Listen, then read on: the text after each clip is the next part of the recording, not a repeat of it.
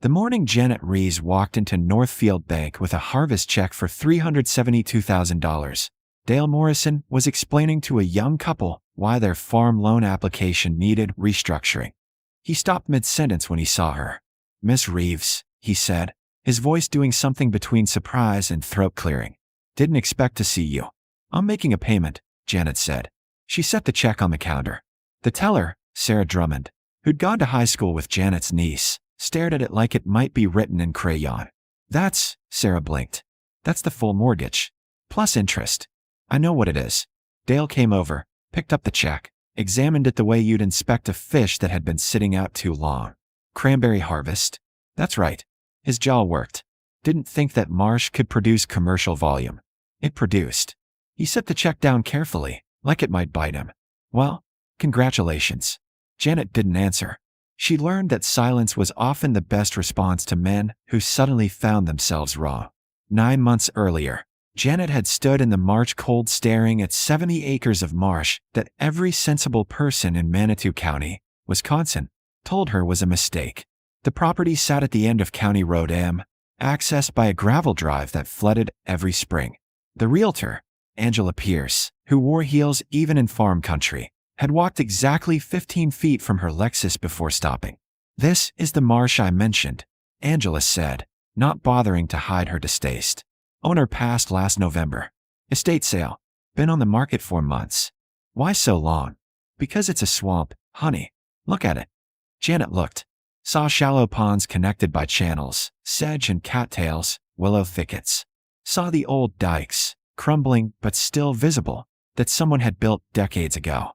Saw the cranberry potential written in every contour of land that held water like it was meant to. "How much?" "They're asking $180. I'd offer $120. Even that's generous." Janet walked the perimeter. Her boots sank into the soft ground. She found remnants of wooden sluice gates, rotted but recognizable. Found old fruiting vines, wild and neglected, still clinging to life in the north corner. This land had been a cranberry marsh once. Could be again. "I'll pay asking price," Janet said. "Full offer, cash down payment." Angela's perfectly shaped eyebrows went up. "Janet, that's your entire savings. Your mother's life insurance money. You could buy producing farmland for that." "I want this. It'll take years to make productive, if it's even possible." "The drainage is," she gestured helplessly. "Nobody's farmed cranberries in Manitou County for 30 years. There's a reason. The reason is people forgot how." Angela drove her back to town in silence. At the office, she made the offer with the resigned air of someone enabling a bad decision. "Your funeral," she muttered, hitting send on the email. The sale closed in April. Janet moved her things into the farmhouse, a tired 2-story that smelled like old wallpaper and mouse droppings, and got to work. The first thing she did was call Martin Voss, who'd grown cranberries up in Door County for 43 years before retiring. "Manitou County?" he said on the phone. "That's bobland." "Sure, but nobody's worked at commercial since the 80s. "I'm going to." A pause. "You know what you're getting into?" "No. That's why I'm calling." He laughed, surprised. "Fair enough. I'll come look." Martin arrived on a Tuesday, a compact man with hands like tree bark and eyes that missed nothing. He walked the entire 70 acres, stopping to dig into the soil, examine the water channels, check the slope and drainage. Finally, he stood at the edge of the largest pond and nodded. "You got the bones of something here. Good peat soil, decent water management system if you rebuild it. Original vines still viable in that north section. What do I need? Money. Time. New vines for most of it. Infrastructure. Repair. Gates. Dikes. Irrigation. Flooding system for harvest and frost protection. You're looking at 2 years minimum before first commercial harvest, and that's if everything goes right. Will you help me?" He studied her. "Why cranberries? You could do dairy, corn, soybeans like everyone else." "Because everyone else is doing dairy, corn, soybeans. Market's saturated. But organic cranberries." She'd done her research, spent months reading market reports at the library. Premium price, growing demand, and nobody in this region growing them. Martin smiled. "You got backbone." "Yeah, I'll help. But people are going to think you're crazy." "Let them think." They started the next week. Martin brought knowledge, Janet brought labor. They repaired dikes, installed new water control gates, cleared decades of invasive growth. She ordered 20,000 cranberry vines from a supplier in Massachusetts, Stevens variety, productive and cold hardy. At the feed store, she heard the whispers. At the diner, conversations paused when she entered. Her brother called from Green Bay. "Janet, people are talking. They say you're trying to grow cranberries in a swamp." "Cranberries grow in wetlands, Mike. That's how it works. You spent Mom's money on this. It's my money now. She wanted you to have security. This is security." He hung up frustrated. Her sister-in-law texted, "We're worried about you." The biggest opposition came from Dale Morrison at the bank. Janet had applied for an operating loan, $30,000 to cover the irrigation system and first year's expenses. Dale sat across his desk, application in hand, looking at her like she'd asked to borrow money to build a rocket ship. "Miss Reeves, I can't in good conscience approve this." "Why not?" "Because cranberry farming isn't viable in this county. The growing season's wrong, the market access is limited, and frankly," he tapped the application, "you have no experience. I have Martin Voss Consulting. Martin's retired, and Door County's a different climate entirely." He slid the application back across the desk. "I'm going to suggest you reconsider this whole venture. Perhaps lease the land to someone who can use it properly. Grazing, maybe." Janet didn't touch the application. "You're saying no." "I'm saying this bank has a responsibility to make sound financial decisions." She stood. "I'll go to Sheboygan. Their bank might have vision." "Janet." His tone shifted, became almost kind. "I knew your mother. She was a sensible woman. This isn't sensible. My mother taught me to trust my gut. My gut says this land can produce." The Sheboygan Bank approved the loan. A loan officer named Patricia Chin looked at Janet's business plan, detailed, thorough, realistic, and nodded. "It's risky," Patricia said, "but the research is solid. You've done your homework. We'll approve it." "Thank you." "Prove them wrong." Janet planted the vines in May. 20,000 starts going into prepared beds across 35 acres. The rest she left to establish slowly. Martin taught her the flooding schedules, the pest management, the delicate balance of water and air that cranberries required. By July, the whispers in town had turned to something harder. "She's throwing money into mud," someone said at the hardware store. "That Marsh'll never produce commercial volume," Dale Morrison told anyone who'd listen. "Basic agricultural science." But the vines grew. The berries set. And by September, when the fruit started to turn from green to pale pink, Janet knew she had something. The question was whether anyone would care. The first frost came on September 28th, earlier than forecast, catching half the county with tomatoes still on the vine. Janet was awake at 4 a.m., watching the temperature gauge drop. 37, 34, 32. At 31 degrees, she opened the floodgates. Water surged into the marsh, covering the cranberry beds in a protective layer. The temperature stabilized at 33. By dawn, when her neighbors were surveying frozen gardens, Janet's berries were safe under their thermal blanket. "Lucky," someone said at the co-op when word got around.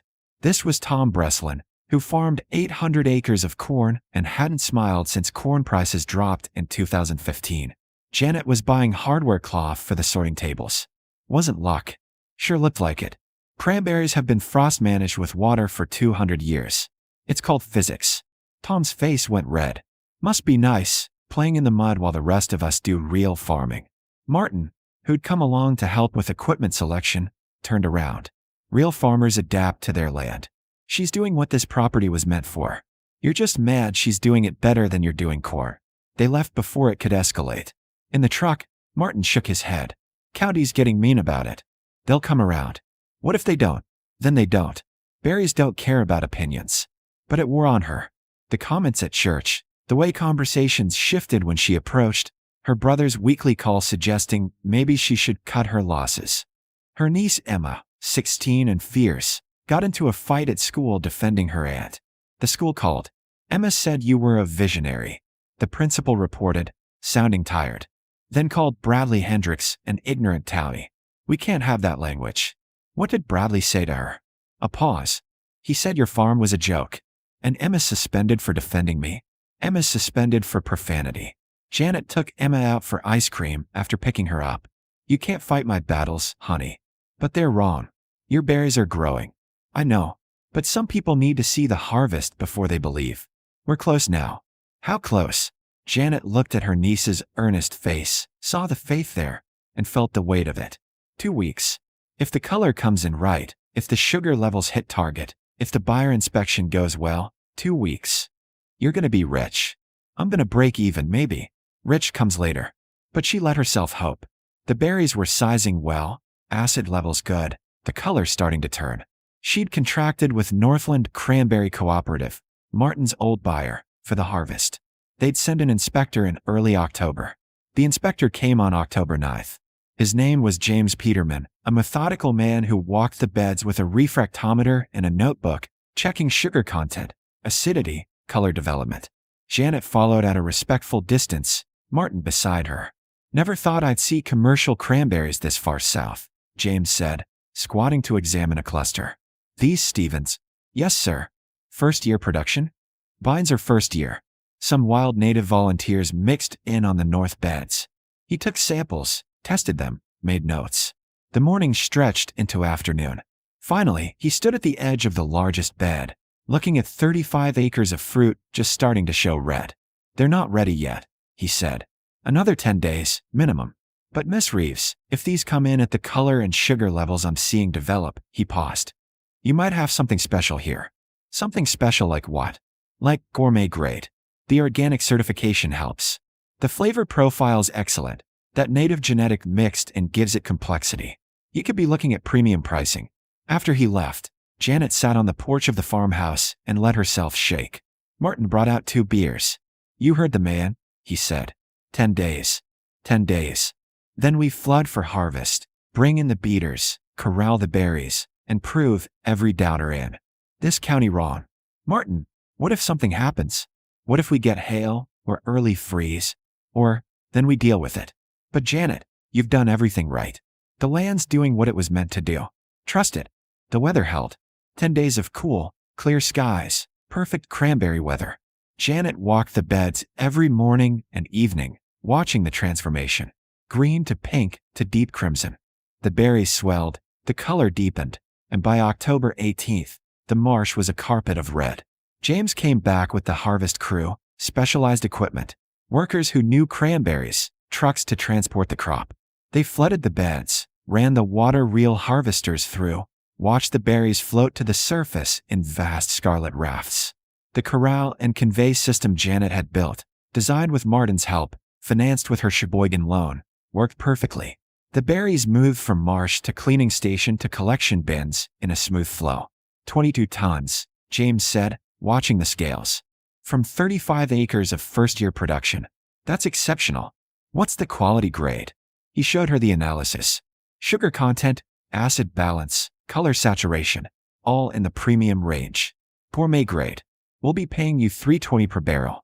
Organic premium on top of that. Janet did the math in her head. Felt the ground shift underneath her. That's $372,000, Miss Reeves.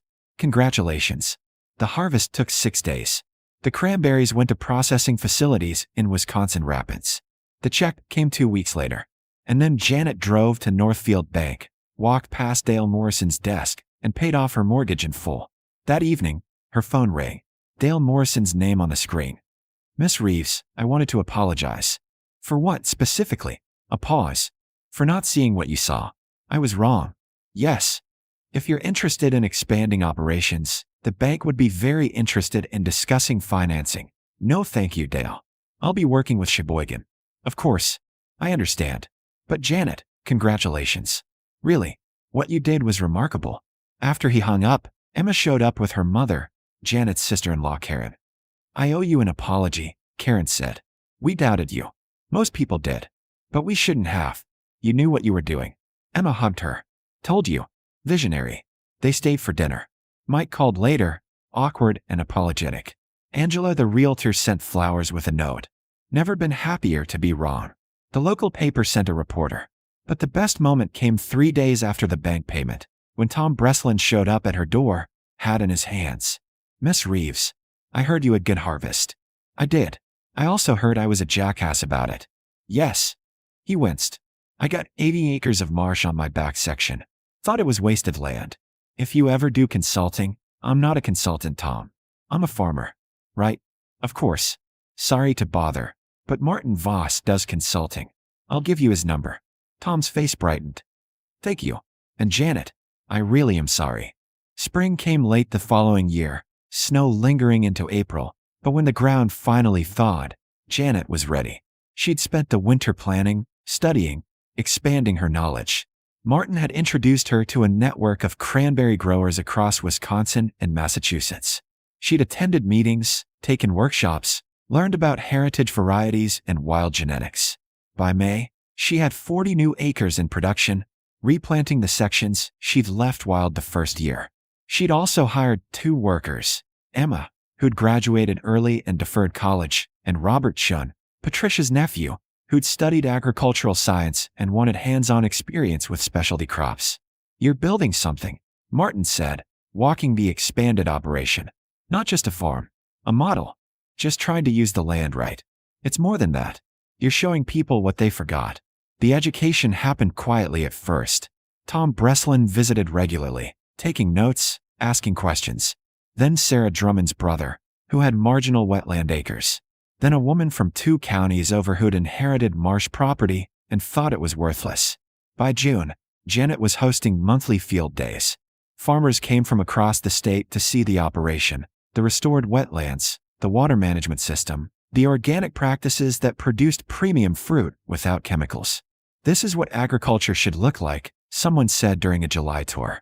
This was Dr. Elizabeth Okonkwo, an agricultural extension agent from the university, working with the land's natural systems instead of against them. It's how my grandmother's generation farmed, Janet said. Before we decided technology could replace knowledge. Would you consider speaking at the State Agricultural Conference in February? What would I talk about? What you did, how you did it, why it matters. Janet looked at Martin, who nodded. Sure, I can do that. The second harvest came in October, bigger than the first. 47 tons from the expanded acreage, all gourmet grade. The check was larger. The bank mortgage was paid. Janet set aside money for equipment, for expansion, for the inevitable bad year that every farmer knew would come eventually. But more importantly, the landscape was changing. Tom Breslin had planted 20 acres of cranberries. The Drummond family was converting 30 acres of unused marsh. The woman from 2 counties over had brought in Martin as a consultant and was building Wisconsin's first new cranberry operation in 25 years. You started something, Emma said, helping process the harvest. People are listening. They're not listening to me. They're listening to the land. That's the same thing. Maybe it was. Janet walked her property in the evenings now, watching the marsh settle into its rhythms. Herons had returned, nesting in the willows. Muskrats denayed in the banks. The water teemed with life that hadn't existed when the land sat neglected and drained. Dale Morrison came by in November, not for business, but to apologize properly. I should have listened, he said. When you first came in about the loan, I saw a single woman with an unusual idea, and I dismissed it. Because single women with unusual ideas are usually wrong? Because I was lazy. Easier to say no than to think about whether you might be right. He looked at the marsh, the productive acres, the infrastructure. What you've built here, it's extraordinary. It's farming. It's more than farming. It's vision. After he left, Karen showed up with Mike and Emma. They brought dinner, a peace offering, an acknowledgement. We wanted to celebrate, Karen said. 2 years in, and you're profitable. That's remarkable. It's cranberries, Janet said. They do most of the work. But she let them celebrate her. Let herself feel the vindication not as triumph over doubters, but as confirmation of something deeper. That listening to the land, trusting old knowledge, proceeding with quiet confidence in the face of skepticism, could lead to something real and sustaining. The state conference in February was packed. Janet stood at the podium looking at 300 farmers, extension agents, and agricultural students. When I bought my marsh, she began, the land broker called it useless. The bank said cranberries weren't viable. My own family thought I was making a mistake. But here's what they didn't understand. She talked about soil biology, about working with wetlands instead of draining them, about heritage crops and niche markets. She showed pictures of the transformation, abandoned marsh to productive farmland, degraded ecosystem to thriving wetland habitat. We forgot, she said, that farming isn't about controlling land. It's about partnership. The land tells you what it can do. Your job is to listen. The applause was long. The questions afterward ran for 90 minutes. She exchanged information with 17 farmers wanting to start cranberry operations. Dr. Okonkwo asked if Janet would be willing to host an agricultural field school the following summer. Students need to see this kind of farming, Elizabeth said. Need to know it's possible. I'm not a teacher. You're exactly a teacher. You just teach by doing. On the drive home, Martin riding shotgun, Janet watched the Wisconsin landscape roll past, still frozen, still waiting for spring. You did good, Martin said. Up there on that stage. Just told the truth. Truth needs telling sometimes, especially when people have forgotten it. The spring brought 23 farmers to Janet's first formal field school. They spent 3 days walking the operation, learning water management, discussing soil preparation and vine selection. Emma assisted, taking to education like she'd been born for it. I want to study this, Emma told Janet on the last evening. Agricultural ecology. Come back and help you expand. You sure? You could do anything. This is anything. This is everything. Third harvest came in October, 61 tons, a new barn to handle processing, contracts with 3 premium buyers. The Marsh had fully transformed. What had been called useless now generated $700,000 in annual revenue, employed 5 people, and educated hundreds. But the real measure came on a November morning when Tom Breslin brought his 10-year-old daughter out to see Janet's operation. Wanted her to see what's possible, Tom said. Wanted her to know women can farm anything. The girl, shy at first, peppered Janet with questions. How deep should the water be? What do cranberries need? Can I grow them when I'm big? If you want it, Janet said. The land doesn't care about your age or your gender. It cares whether you're willing to listen.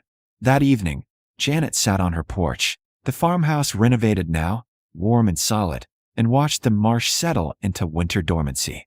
The vines would sleep under snow, rest and restore, prepare for next year's production. The cycle continuing, ancient and reliable. Her phone buzzed. A text from Patricia Chun at the Sheboygan Bank. Another farmer asking about your model. Can I give out your number? Janet typed back. Yes. The work of changing minds was slow, incremental, measured in converted acres and replanted marshes. But it was work that mattered. Work that restored not just land but faith, in old knowledge, in women's judgment, in the patient confidence that comes from being right when everyone else is wrong. Janet Reeves fell asleep that night in her paid-off farmhouse, on her profitable land, with the quiet satisfaction of someone who'd never needed validation. Just time for the berries to turn red and prove what she'd known all along. The marsh was never useless. Everyone else just couldn't see what it was meant to become.